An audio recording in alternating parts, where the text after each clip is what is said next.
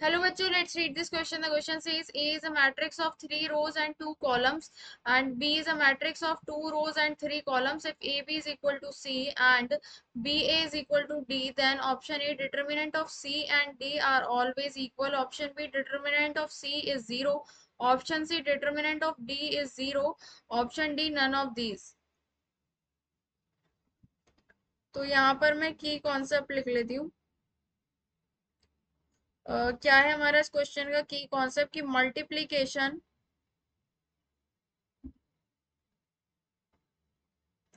of two matrix A and B is possible if and only if the number of columns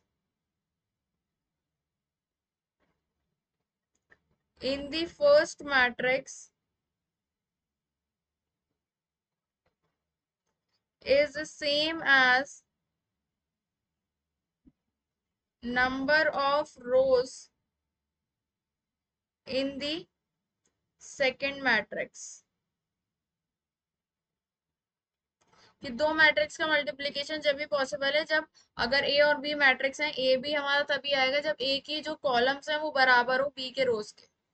ठीक है, अब यहाँ पर question में क्या है कि ए हमारी मैट्रिक्स है, 3 रोज हैं इसमें और 2 कॉलम्स हैं, और बी हमारी क्या है मैट्रिक्स है जिसमें 2 रोज हैं और 3 कॉलम्स हैं। ठीक है, तो पहले तो हम देखते हैं यहाँ पर क्या होगा इसका। ए का ऑर्डर क्या होता है, ऐसे करके लिखते हैं, पहले रोज लिखते हैं फिर कॉलम लिखते हैं, तो 3 × 2 आएगा इसका। और बी का क्या आएगा, बी का आएगा 2 × 3 आएगा। ठीक है, पहले नंबर ऑफ रोज फिर नंबर ऑफ कॉलम्स। अब ए बी हमारा जब पॉसिबल होगा जब number of columns, A B हमारा कब पॉसिबल होगा जब number of columns of A, जब number of columns of A is equals to number of rows of B के बराबर हो। तो ये हमारा बराबर है, कॉलम ए में ए मैट्रिक्स में 2 कॉलम्स है, रोज टू बी मैट्रिक्स में 2 रोज है, तो ये हमारे पास बराबर है। So A B is possible, so A into B हमारा पॉसिबल है। ए इंटू बी का मल्टीप्लीकेशन क्या है, पॉसिबल है। ठीक है, और बी इंटू ए में पॉसिबल कब होगा जब number of columns of B is equals to number of rows of A, जब number of columns of B बराबर हो number of rows of A के, तो ये भी बराबर है, तो मतलब बी इंटू ए भी हमारा क्या है, पॉसिबल है।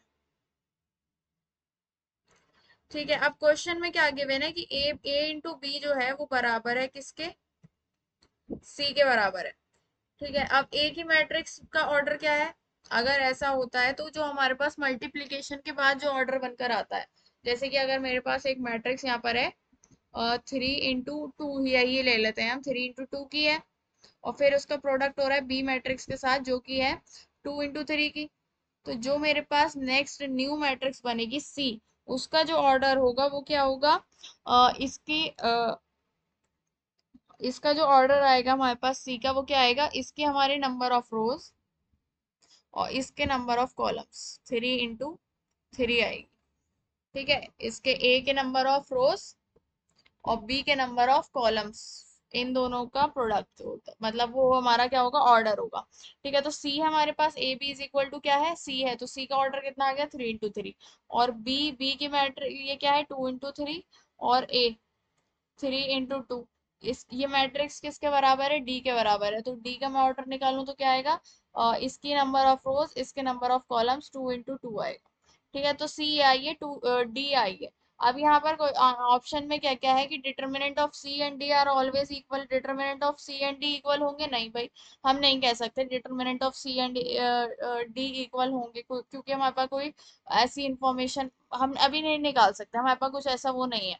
डिटर्मिनेंट ऑफ सी 0, ये भी हमारे पास कुछ नहीं आया, बस हमारे पास सी का ऑर्डर आया है, तो ये भी हमारा नहीं है। डिटर्मिनेंट ऑफ डी 0, ये भी कुछ नहीं पता हमें, क्योंकि डिटर्मिनेंट इसका सिर्फ ऑर्डर आया और कुछ नहीं आया। नन ऑफ दीज हमारा ऑप्शन आएगा। ओके, क्योंकि सिर्फ हमारे पास यही डाटा है कि सी जो है 3 into 3 की है, डी 2 into 2 की है। Okay, so the final answer is none of these. Option D is correct. Hope you understood it well. Best of luck. Thank you.